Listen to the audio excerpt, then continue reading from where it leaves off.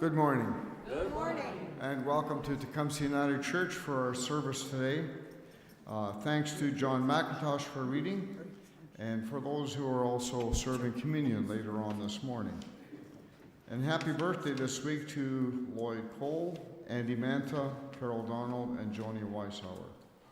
Happy anniversary to Rob and Jill Buckles, and Kelly Galt, and Lauren Snyder Galt. Now today, after the service, a little special treat. We invite you to stay for soup. It's not only soup, it's also apple crisp, so you get soup and dessert. And it's sponsored by the Mission Committee and a few others who are helping us out. And it's for free will donation with proceeds going to the general fund. And if you didn't bring any money, because a lot of us don't carry cash, come anyway. And if you think of it later, you can always send some money by e-transfer to the church, or most important thing, just come. There's a special announcement that I have it on another page here. I'll get to it in a minute. Yeah, entitled Racing with Faith. You might have seen the article in the Observer, if you get the Observer, a few weeks ago. It's an evening with Amazing Race Canada's winners, Catherine Ledlow and Craig Ramsey, Sunday, October 15th, here at the church at 7 p.m., and free will donations will be accepted. And I did read the article, and they talk about the challenges that they went through and the things that guided them and helped them also in terms of their, I guess, their inner spirituality. So certainly sounds like a really interesting possibility. So that's October 15th at the church at 7 p.m. UCW meeting, Tuesday, October 3rd at 1 p.m. That's this coming Tuesday. And also already, remember the date for the Tinseltime Bazaar, Saturday, November 4th, from 9 to 12.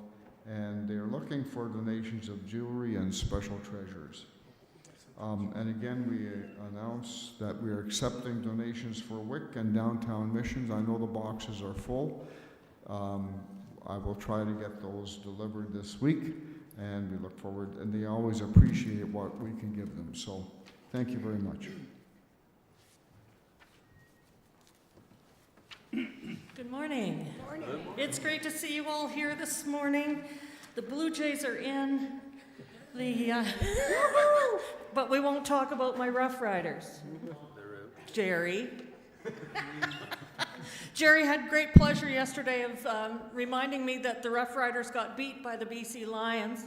So, and you're wearing orange today too. So there you go. Anyway, very happy to have you here with us today, and we welcome you on this day. In the bulletin, you'll see that normally we do our land acknowledgement first, but I'm going to light our Christ candle first.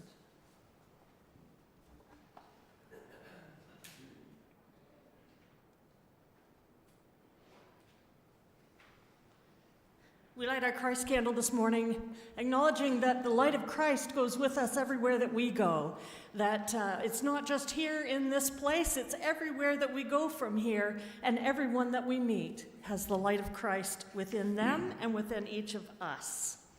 And so, today is a very special day. It's not a celebration. However, it is something we're acknowledging, and many of you I see today are wearing orange. And we wear orange this day. Yesterday is the actual day, September 30th. But this is the day for that we look back and we look forward and we look into what has happened in our country with residential schools. And so today I wanted to share with you the message from our moderator, that's the head of our church.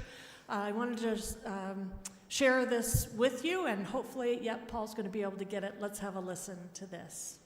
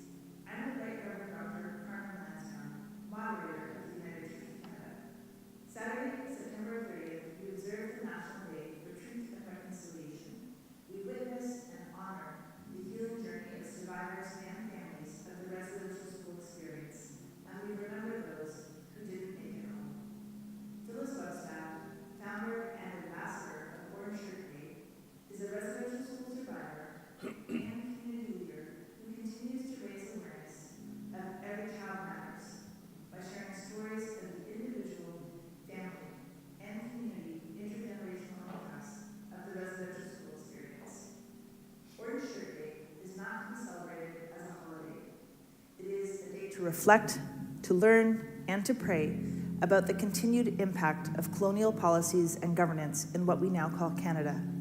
Whether you attended one of the schools, whether you're an intergenerationally affected relative like me, a granddaughter of a survivor, whether you're a parent left behind or a non-Indigenous person in Canada who is fed a false history, Orange Shirt Day means every child matters. Indian residential schools operated in Canada between the 1870s and the 1990s. The last Indian residential school closed in 1996.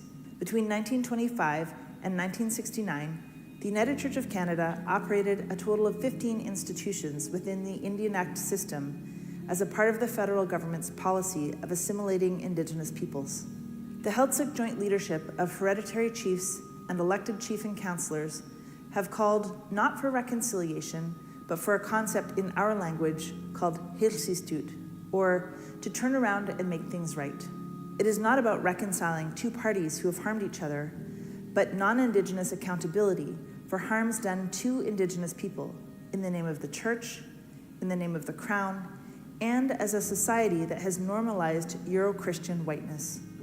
As members of a church that operated residential institutions, every member of the United Church of Canada is accountable for learning about the tragic and painful legacy of the institutions and how it continues to impact the lives of Indigenous peoples across the country.